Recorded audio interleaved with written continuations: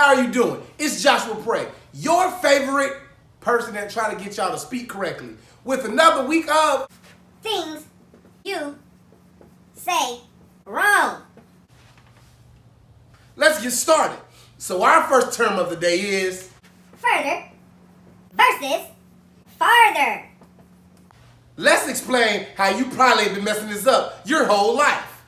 Now, if you ever catch yourself in a situation where you're speaking to somebody and they keep using these two words as if they're interchangeable, they are wrong. They probably should go and siphon gas out of a broken down lawnmower on their neighbor yard at 3 a.m. hoping to survive the next morning. You know what? That was a little too mean. They are not correct. Now, if you're talking to somebody and you want to explain how far something is, you use the word farther, which has far in it. That's for a lot of you people that probably don't know that, but I blame your 4th grade teacher for not telling you that. I'm getting off subject. So if you want to discuss something further, which is not an exact physical distance, not 2 miles farther, you use further. So for anybody that's been using this interchangeable with an arrogant attitude, that's been crossing their leg like this, I can't because I'm swinging low, I can't do that. Just know, you've been wrong most of your life. Next term. Specific versus Pacific. Let's talk about it. Now, when dealing with these terms, you got to be real careful because people have regional accents. But that's no excuse for the ignorant, illiterate, belligerent, and all other kind of rants of you not being able to distinguish between specific and Pacific. Pacific is an ocean. That's something you fly over or swim in. The Pacific Ocean is not by Florida, and this side of the country is by California and Hawaii. That's the Pacific Ocean. This is specific. That's when you're speaking directly about something. I specifically asked you not to do that. Let's be specific about it. But when you have somebody saying, I was specifically talking or I'm being specific about that, then you should grab that person by their throat, by their Adam's apple, by their... That's too violent. Just tell that person, no, you're saying it wrong.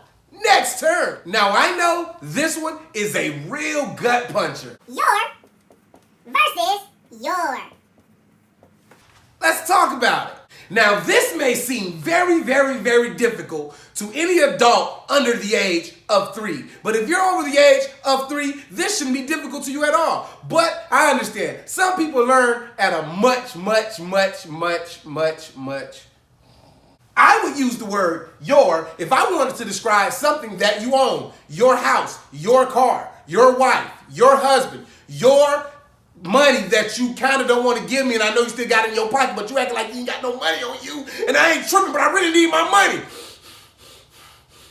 I'm sorry. Now, your is short for you are. They just took 2 words and put them together so it can stop you from saying you are in case you're too lazy and you don't really want to keep saying, you know what? If you struggling using your and don't understand that yours just combined you are, then you probably shouldn't watch this video and you should be in somebody's book and somebody's school and somebody's class trying to figure out why your is the word you're still struggling with, man.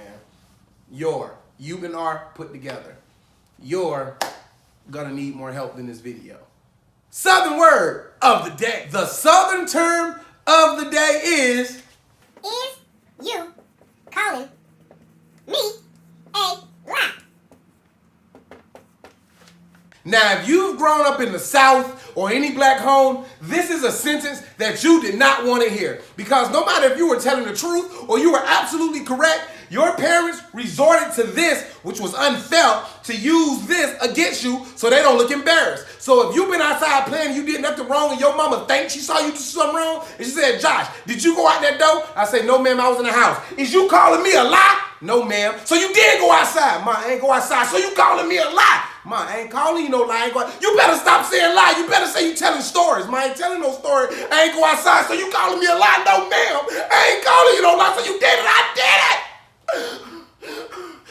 I hope you enjoyed this week's episode. Next week, we're going to talk about other languages. Goodbye.